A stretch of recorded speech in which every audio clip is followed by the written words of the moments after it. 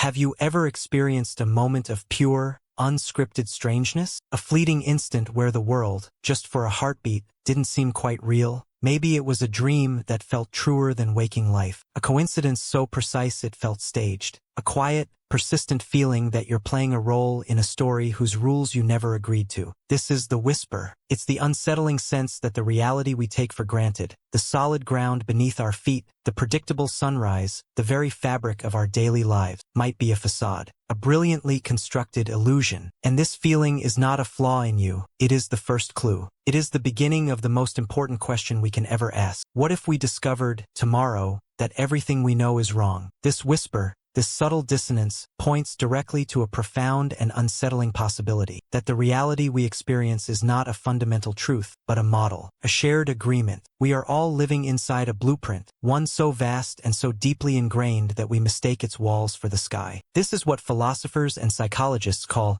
consensus reality, a magnificent, collaborative hallucination built on the shaky foundations of our limited senses, our cultural stories, and our scientific paradigms. We are taught to see the world as solid, predictable, and separate, a collection of distinct objects governed by immutable laws. This is the world of Newtonian physics, of cause and effect, of the comforting certainty that the sun will rise because it always has. But lurking just beneath this surface of solidity is a far stranger, more fluid reality. This is the quantum world, where particles exist as probabilities until observed, where distance is an illusion, and where the very act of looking changes what is seen. It's a reality that ancient wisdom traditions have pointed to for millennia, speaking of a universe born from consciousness itself, not the other way around. So we are left standing at the precipice of two irreconcilable truths: the solid, predictable world we think we live in, and the fluid, participatory reality that science and spirit increasingly suggest is the actual case. This is the fundamental flaw in our blueprint. We've been reading the user manual for a simulation, believing it to be the laws of the universe itself. And this forces a question so monumental it can dismantle a lifetime of assumption. If this is all a construct, a grand and intricate model, who was the architect?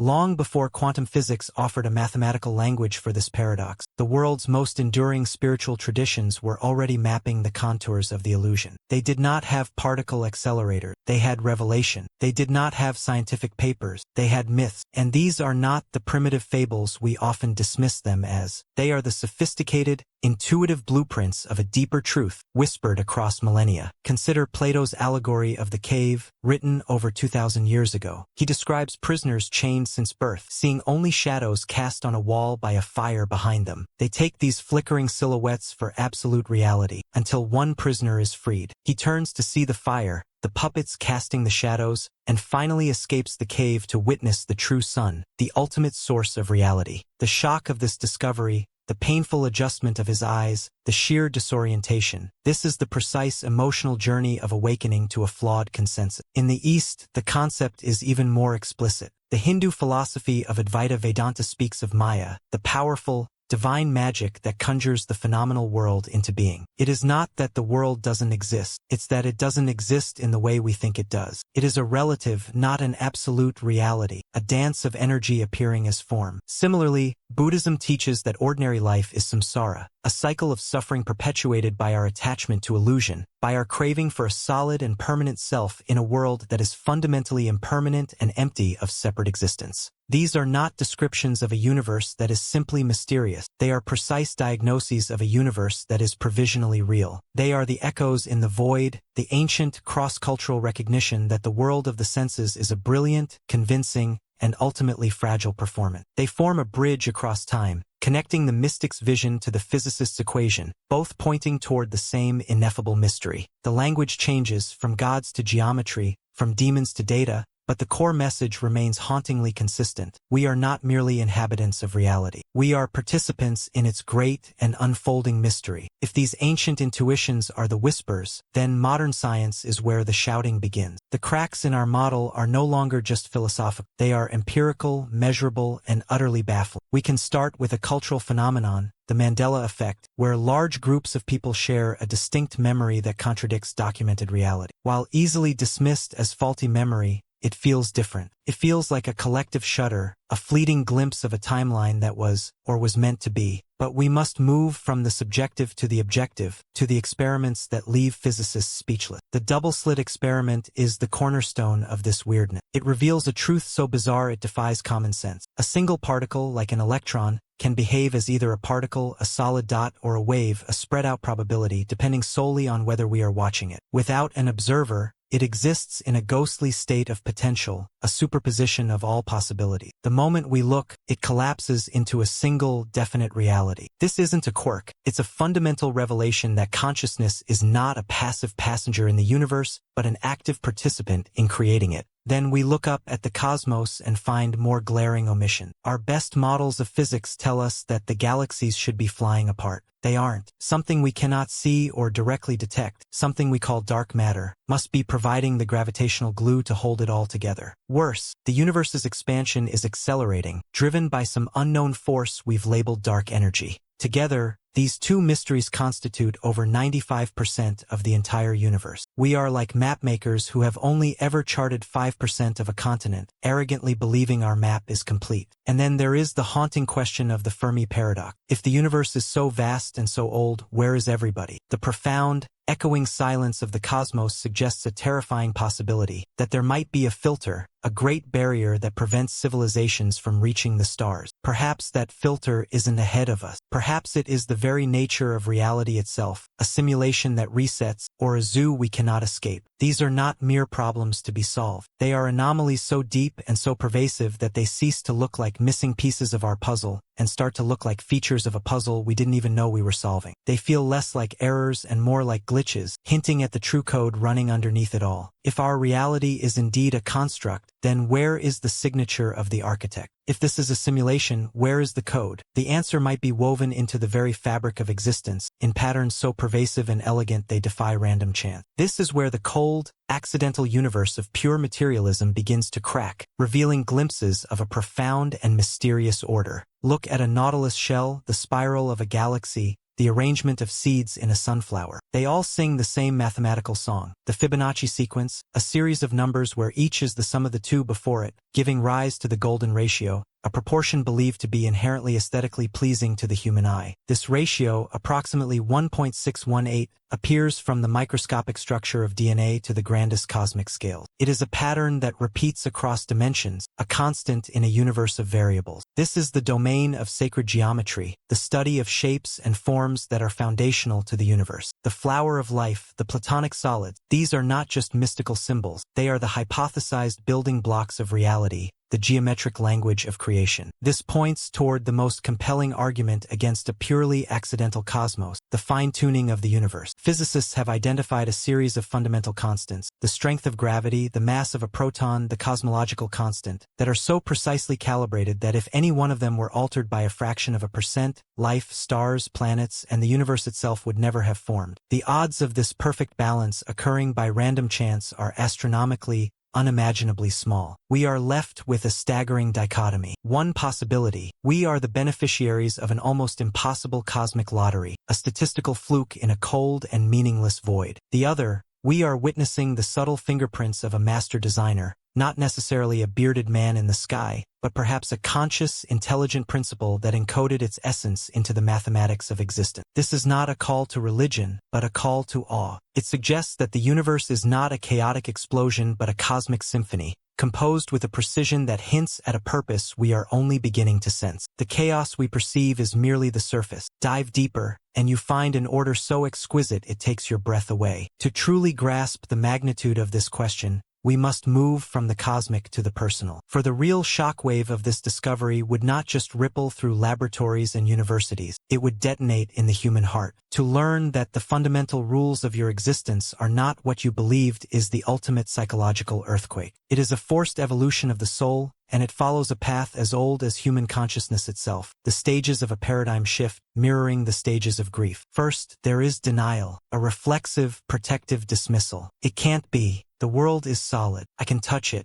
This is all just theoretical nonsense. It is the mind's immune system fighting a virus of truth that is too large to process. But as the evidence mounts, denial curdles into anger. Who did this? Who lied to me? Was it the scientists, the governments, the teachers? This anger is a search for a villain, a desperate attempt to place blame and reassert a sense of control in a reality that has just been revealed to be uncontrollable. When anger exhausts itself, bargaining begins. Perhaps we can fix it. Maybe if we just understand the new rules, we can master them. We try to negotiate with the new reality, to find a way to make it fit into the comforting boxes of the old one. When this fails, a profound depression can set in, a nihilistic despair. If nothing is truly real, then does anything matter? What was the point of my struggles, my loves, my losses? This is the dark night of the soul, the feeling of being utterly unmoored in a boundless, meaningless sea. But for those who endure, who keep looking directly into the void, something extraordinary can emerge. Acceptance. Not a passive resignation, but a profound and liberating peace. This is the realization that the loss of a solid, external reality is not a prison sentence, but a parole. It is the discovery that your true self was never the character you were playing in the story, but the awareness watching the character. The fear of meaninglessness is replaced by the awesome responsibility and joy of creating your own meaning. This journey validates the deepest feelings of the outsider and the empath. That persistent sense of alienation was never a flaw. It was a latent sensitivity, an immune response to the illusion, a soul-deep recognition that there is more to this existence than meets the eye. The breakdown is not an end. It is the necessary, painful, and glorious beginning of a rebirth. This realization forces a darker, more unsettling line of inquiry. If this is a constructed reality, we must ask, is it a neutral stage, or is it a cage? Is the architect a benevolent creator, an indifferent programmer, or something else entirely? This shadowy angle is not new. It was explored millennia ago in Gnostic texts. They spoke of the demiurge, a flawed, often arrogant creator god who fashioned the material world as a prison for the divine spark of humanity, trapping us in a cycle of suffering and forgetfulness. The goal of the Gnostic was gnosis, not intellectual knowledge, but a direct, experiential knowledge of the true God beyond the false one, an awakening that meant liberation from the artificial constraints of the material plane. This ancient idea finds a chilling echo in our modern world. We may not call it a demiurge, but we live within a system of pervasive influence, a consensus trance maintained by relentless media narratives, social conditioning, and economic systems that profit from our sleepwalking. These forces have a vested interest in keeping us distracted, fearful, and consuming within the confines of the agreed-upon reality. They sell us identities, aspirations, and enemies, all neatly packaged within the illusion. The constant noise, the curated outrage, the endless stream of desires to be fulfilled. This is the hypnotic chant that keeps us pacified, looking at the shadows on the wall and never turning to see the fire. This framework explains that deep, nagging feeling so many empaths and outsiders share, that something is off with the world. It's not paranoia, it's perception. It is the sensitive soul's reaction to the subtle vibrations of the bars of a cage they weren't supposed to notice. This is the ultimate contrast, the terrifying fear that we are not just lost, but purposefully trapped, manipulated by forces we cannot see for ends we do not understand, versus the electrifying hope that comes with the mere act of questioning. For to even suspect the cage exists is to take the first step toward finding its door. The very act of seeing the control mechanism is the beginning of its undoing. So how do we do it? How do we, trapped within the very system we wish to perceive, possibly hope to see beyond its walls? The answer is not a single key, but a toolkit, a set of ancient and modern technologies of consciousness designed not to give you new answers, but to dismantle the old question. This is not about swallowing a red pill of dogma. It is about cultivating a new way of seeing. It begins with the most fundamental tool, meditation and mindfulness. This is the practice of quieting the constant narration of the consensus world. It is the deliberate act of stepping back from the chaotic stream of thoughts, emotions, and sensory input to observe the observer itself. In that profound silence, the constructed nature of your personal reality becomes palpable. You are not your thoughts. You are the awareness behind them. This is the first and most direct crack in the illusion. Then there is the power of sacred questioning, of radical inquiry. This is the Socratic method applied to your own existence. Who am I really? What is this feeling I call me? Why do I believe what I believe? This relentless, compassionate questioning systematically dismantles inherited assumptions, creating space for a knowing that comes from within,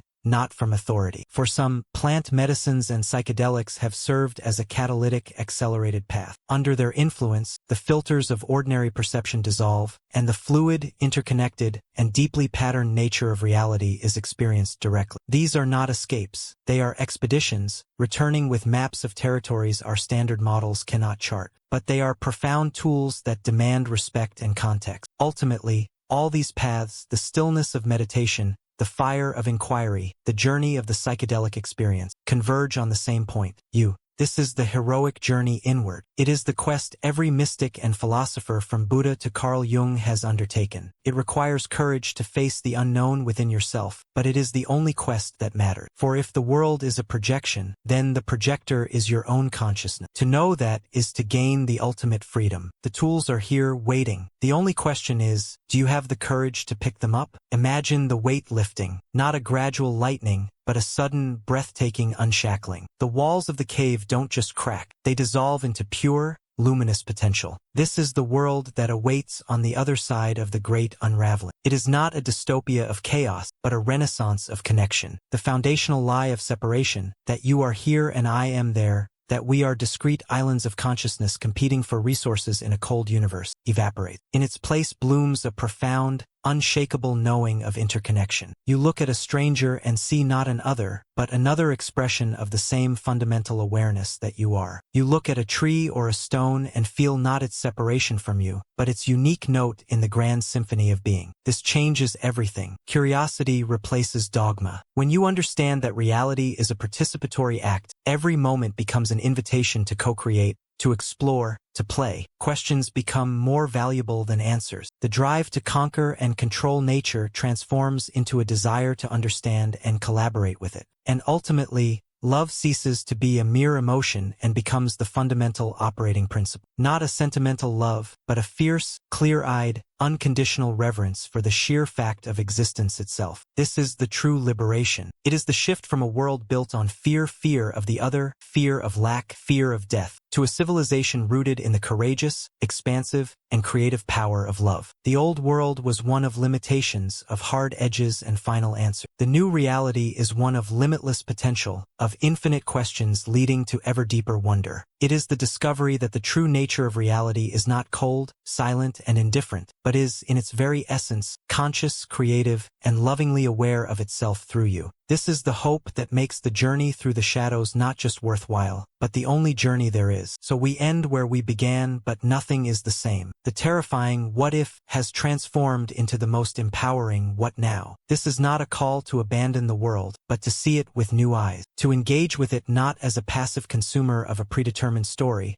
but as an active, conscious author of a reality still being written. Your feeling of being an outsider, that subtle sense of dissonance you've carried your entire life, was never a burden. It was a compass. It is your latent sensitivity to the cracks in the facade, your innate ability to hear the whisper of a deeper truth beneath the world's roar. This is your gift. This is your role. The greatest exploration left is not across oceans or into space, but into the nature of consciousness itself. Your life is the expedition. Every moment of wonder, every question asked in the quiet of your own mind, every act of authentic connection is a mapping of the true territory. You are not meant to simply hear this message and move on. You are meant to feel it resonate in your bones and let it change how you live, how you love, how you see the world. The adventure does not require you to go anywhere. It begins the instant you choose to truly look, to truly question, to truly see. The universe is far stranger, more magical, and infinitely more interconnected than you have been led to believe. And it has been waiting for you to remember your part in it all along. The question is your key. Now turn it.